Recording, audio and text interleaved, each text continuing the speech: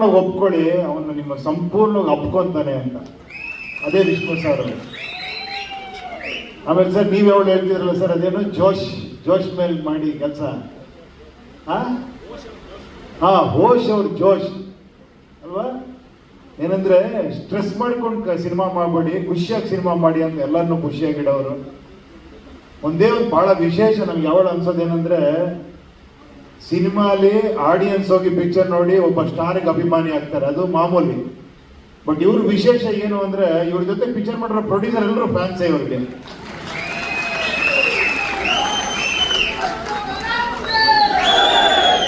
ಆಮೇಲೆ ಇಲ್ಲಿ ನಿಮ್ ಬಗ್ಗೆ ಒಂದು ವಿಶೇಷ ಹೇಳ್ಬೇಕು ಅಂದ್ರೆ, ನನ್ನ ಲೈಫಲ್ಲಿ ನೋಡಿಲ್ಲ ಒಬ್ಬ ಕಟ್ಔಟ್ಗೆ ನೀವು ಆಗ್ತಿದ್ದಂತ ಇದೆಯಲ್ಲ ಹಾರಗಳು ಯಾರಿಗೂ ಆಗಿಲ್ಲ.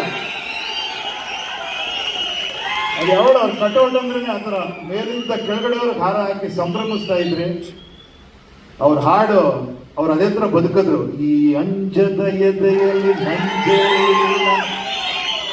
ತಗ್ಗುವಾಳಲ್ಲ, ತಲೆ ತಗ್ಗಿಸಿ ಬಾಳಲ್ಲ, ಈ ರಾಮಾಚಾರಿ ಕೆನಕೋ ಗಂಡು ಇನ್ನೂ ಹುಟ್ಟಿಲ್ಲ.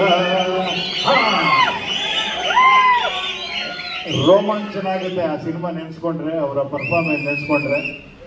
ಬಹಳ ತುಂಬಾ ಖುಷಿ ಅನ್ನಿಸ್ತು ಈ ಪ್ರೋಗ್ರಾಮ್ ಬಂದು. ಎಲ್ಲದಕ್ಕಿನ್ನ ಕೋಟಿಗೊಬ್ಬ ಪಿಕ್ಚರಲ್ಲಿ ನಮ್ಮ ಶ್ರೀಮತಿಯವರು ಆ ಪಿಕ್ಚರಲ್ಲಿ ಮಾಡಿರೋದು ಇನ್ನೊಂದು ವಿಶೇಷ, ಮತ್ತೆ ಅದು ರಿಲೀಸ್ ಮಾಡಿರೋದು ಇನ್ನೊಂದು ವಿಶೇಷ.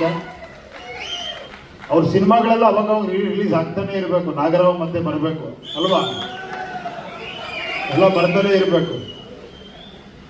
ಇವತ್ತು ಅಂದ್ರೆ ಆ ಕ್ರೇಜೇ ಬೇರೆ.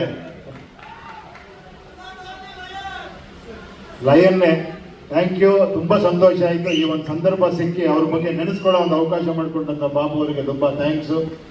ಈಗ ಅವ್ರು ಎಂತ ಅಭಿಮಾನಿ ಅಂದ್ರೆ ಅವ್ರ ಹೆಸರಲ್ಲೇ ಪಿಕ್ಚರ್ ಮಾಡ್ತಾರೆ, ಅವರಿಗೆ ಕೊಟ್ಟಿರೋ ಟೈಟ್ಲಲ್ಲೇ ಭಾರ್ಗವ ಅಂತ.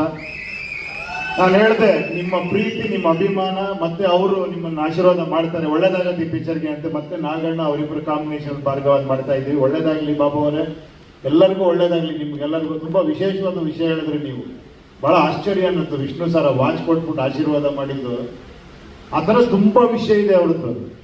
ಅದು ಹೇಳ್ತಾ ಕೂತ್ರೆ ಇನ್ನೊಬ್ರು ಒಂದಷ್ಟು ಜನ ಹೇಳಲಿ ಅಂತ ನಾನೇ ಹೇಳ್ತಾ ಇರ್ತೀನಿ. ಅವ್ರ ಬಗ್ಗೆ ಮಾತಾಡ್ತಾ ಇದ್ರೆ ಒಳ್ಳೇದಾಗ್ಲಿ ಎಲ್ಲರಿಗೂ, ನಿಮಗೆಲ್ಲರಿಗೂ ಒಳ್ಳೇದಾಗ್ಲಿ. ಎಲ್ಲ ಹಿಂಗೆ ನಗನಕೊಂಡಿರಿ, ಖುಷಿಯಾಗಿ ತಲೆ ಕೆಡಿಸ್ಕೊಂಬಿಡಿ, ಯೋಚನೆ ಮಾಡಬೇಡಿ. ಓಕೆ, ಹ್ಯಾಪಿಯಾಗಿರಿ, ಖುಷಿಯಾಗಿದ್ರೆ. ಲಕ್ಷ್ಮಿ ಇದ್ರೆ ಖುಷಿ ಬರ್ತಾಳೆ ಅಂದ್ರೆ, ಖುಷಿಯಾಗಿದ್ರೆ ಲಕ್ಷ್ಮಿ ತಾನೇ ಬಂದೇ ಬರ್ತಾಳೆ. Okay, thank you.